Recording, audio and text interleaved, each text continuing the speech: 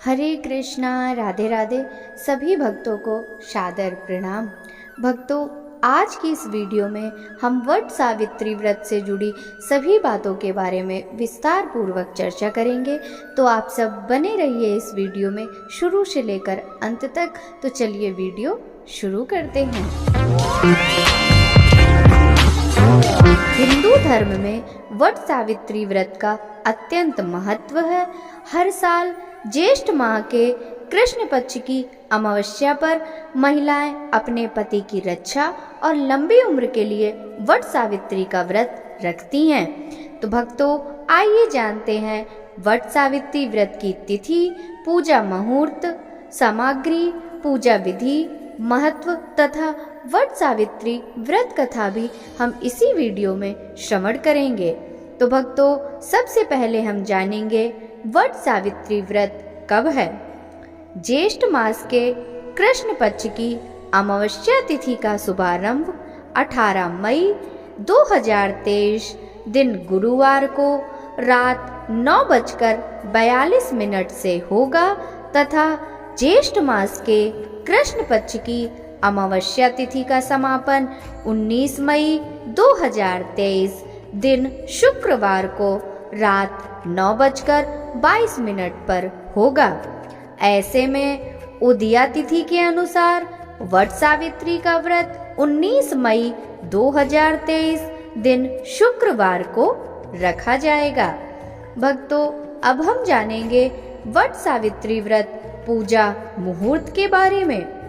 वट सावित्री व्रत की पूजा मुहूर्त 19 मई 2023 दिन शुक्रवार को सुबह 7:19 से शुरू होगा तथा वट सावित्री व्रत का पूजा मुहूर्त 19 मई 2023 दिन शुक्रवार को सुबह 10:42 पर संपन्न होगा। भक्तों, अब हम जानेंगे वट सावित्री व्रत में क्या क्या पूजा सामग्री की आवश्यकता होती है। वट सावित्री व्रत की पूजा के लिए बांस का पंखा, खरबूज, लाल कलावा, कच्चा सूत, मिट्टी का दीपक, घी, धूप, अगरबत्ती, फूल, रोली, 14 गेहूं के आटे से बनी हुई पूड़ियाँ तथा 14 गेहूं के आटे से बने हुए गुलगुले, 16 श्रृंगार की चीजें व पान, सुपारी, नारियल, थोड़े से भीगे हुए चने, जल का लोटा, बरगद की कोपल, फल, कपड़ा 1.25 मीटर, स्टील की थाली, मिठाई, चावल और हल्दी का पानी मिलाकर थापा के लिए और गाय का गोबर इत्यादि सामग्री की आवश्यकता होती है। तो भक्तों, अब हम जानेंगे वट सावित्री व्रत पूजा विधि के बारे में। वट सावित्री के दिन सुबह जल्दी उठकर स्नान आदि करें, नए वस्त्र धारण कर पूरा 16 श्रृंगार करें। इसके बाद पूजा की सभी सामग्रियों को किसी थाली में सजाकर वट वृक्ष यानी बरगद के पेड़ के पास पहुँचें। पहली बार वट सावित्री व्रत रखने वाली महिलाएं कपड़े से बना दूल्हा दुल्हन का जोड़ा रखकर पूजा अवश्य करें। कपड़े का जोड़ा उपलब्ध ना हो तो मिट्टी से बने दूल्हा दुल्हन का इस्तेमाल किया जा सकता है। सबसे पहले बरगद के पेड़ के नीचे सावित्री और सत्यवान की तस्वीर रखें। फिर रोली, भीगे चने, अक्षत, कलावा, फूल, फल, सुपारी, पान, मिष्टान और बाकी चीजें अर्पित करें। इसके बाद बांस के पंखे से हवा करें और फिर वट वृक्ष की परिक्रमा करें। इसके लिए कच्चा धागा लेकर वृक्ष के 5 से 7 बार परिक्रमा करनी चाहिए। फिर वट वृक्ष के नीचे बैठकर सावित्री सत्यवान की कथा सुने, अपने पति की लंबी आयु के लिए कामना करें। इसके बाद चने का प्रसाद बांटें। भक्तों, अब हम वट सावित्री व्रत के महत्व के बारे में जानेंगे। वट वृक्ष की पूजा का विशेष महत्व होता है। वट वृक्ष में ब्रह्मा, विष्णु व महेश तीनों देवताओं का वास माना गया है। यही कारण है कि वट वृक्ष के नीचे बैठकर पूजा करने और व्रत कथा सुनने से सभी मनोकामनाएं पूरी होती हैं। वट वृक्ष को ज्ञान, निर्वाण व दीर्घायु का एक पूरक माना गया है। मान्यता है कि वट वृक्ष की पूजा से अखंड सौभाग्य की प्राप्ति होती है। जो सुहागन स्त्री वट सावित्री व्रत का पालन और वट वृक्ष की पूजा करती है उसे अखंड सौभाग्य का फल मिलता है। उस महिला के सभी दुख दूर हो जाते हैं और वैवाहिक जीवन के कष्टों से भी मुक्ति मिल जाती है। आपसी प्रेम, तालमेल और मधुरता बढ़ती है। भक्तों, अब हम सब वट सावित्री व्रत कथा श्रवण करेंगे। भद्र देश के एक राजा थे जिनका नाम अश्वपति था। भद्र देश के राजा अश्वपति के कोई संतान नहीं थी। उन्होंने संतान की प्राप्ति के लिए मंत्रोच्चारण के साथ प्रतिदिन 1,00,000 आहुतियां दी। 18 वर्षों तक यह क्रम जारी रहा। इसके बाद सावित्री देवी ने प्रकट होकर वर दिया कि राजन, तुझे एक तेजस्वी कन्या पैदा होगी। सावित्री देवी की कृपा से जन्म लेने के कारण से कन्या का नाम सावित्री रखा गया। कन्या बड़ी होकर बेहद रूपवान हुई। योग्य वर न मिलने की वजह से सावित्री के पिता दुखी थे। उन्होंने कन्या को स्वयं वर तलाशने भेजा। सावित्री तपोवन में भटकने लगी। वहां शाल्व देश के राजा धूमत्सेन रहते थे। क्योंकि उनका राज किसी ने छीन लिया था, उनके पुत्र सत्यवान को देखकर सावित्री ने पति के रूप में उनका वरण किया। ऋषिराज नारद को जब यह बात पता चली तो वह राजा अश्वपति के पास पहुंचे और कहा कि हे राजन, यह क्या कर रहे हैं आप? सत्यवान गुणवान है, धर्मात्मा है और बलवान भी है, पर उसकी आयु बहुत छोटी है, वह अल्पायु है। 1 वर्ष के बाद ही उसकी मृत्यु हो जाएगी। ऋषिराज नारद की बात सुनकर राजा अश्वपति घोर चिंता में डूब गए।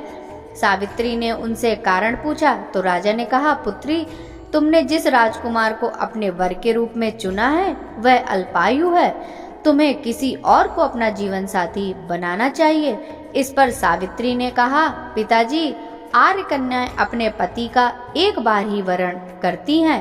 राजा एक बार ही आज्ञा देता है और पंडित एक बार ही प्रतिज्ञा करते हैं और कन्यादान भी एक बार ही किया जाता है।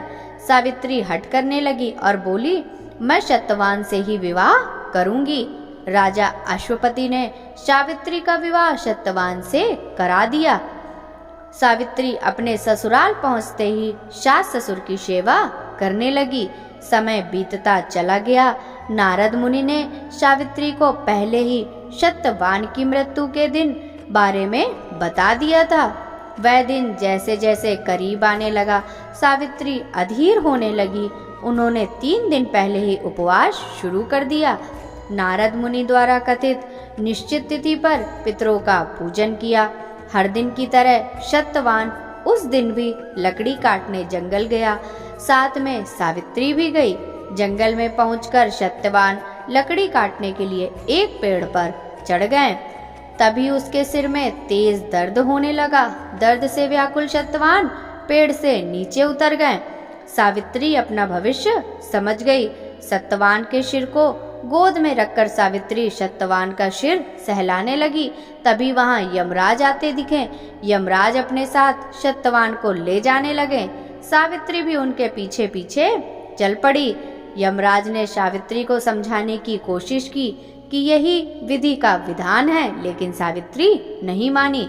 सावित्री की निष्ठा और पति परायणता को देखकर यमराज ने सावित्री से कहा, हे देवी, तुम धन्य हो, तुम मुझसे कोई भी वरदान मांगो। सावित्री ने कहा, मेरे सास ससुर वनवासी और अंधे हैं, आप उन्हें दिव्य ज्योति प्रदान करें। यमराज ने कहा, ऐसा ही होगा, जाओ अब लौट जाओ। लेकिन सावित्री अपने पति सत्यवान के पीछे पीछे चलती रही। यमराज ने कहा, देवी, तुम वापस जाओ। सावित्री ने कहा, भगवान, मुझे अपने पति देव के पीछे पीछे चलने में कोई परेशानी नहीं है। पति के पीछे चलना मेरा कर्तव्य है। यह सुनकर उन्होंने फिर से उसे एक और वर मांगने के लिए कहा। सावित्री बोली, हमारे ससुर का राज्य छिन गया है, उसे पुनः वापस दिला दें। यमराज ने सावित्री को यह वरदान भी दे दिया और कहा, अब तुम लौट जाओ। लेकिन सावित्री पीछे पीछे चलती रही। यमराज ने सावित्री को तीसरा वरदान मांगने को कहा। इस पर सावित्री ने 100 संतानें और सौभाग्य का वरदान मांगा। यमराज ने इसका वरदान भी सावित्री को दे दिया। सावित्री ने यमराज से कहा कि प्रभु, मैं एक पतिव्रता पत्नी हूँ और आपने मुझे पुत्रवती होने का आशीर्वाद दिया है। यह सुनकर यमराज को सत्यवान के प्राण छोड़ने पड़े। यमराज यंत्र ध्यान हो गए। सावित्री उसी वट वृक्ष के पास आ गई जहाँ उसके पति का मृत शरीर पड़ा था। सत्यवान जीवंत हो गया और दोनों खुशी खुशी अपने राज्य की ओर चल पड़े। दोनों जब घर पहुँचे तो देखा कि माता पिता को दिव्य ज्योति प्राप्त हो गई है। इस प्रकार सावित्री सत्यवान चिरकाल तक राज्य का सुख भोगते रहे।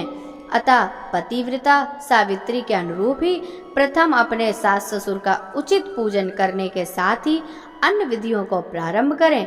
वट सावित्री व्रत करने और इसकी कथा को सुनने से उपवासक के वैवाहिक जीवन या जीवन साथी की आयु पर किसी प्रकार का कोई संकट भी आया हो तो भी वह टल जाता है।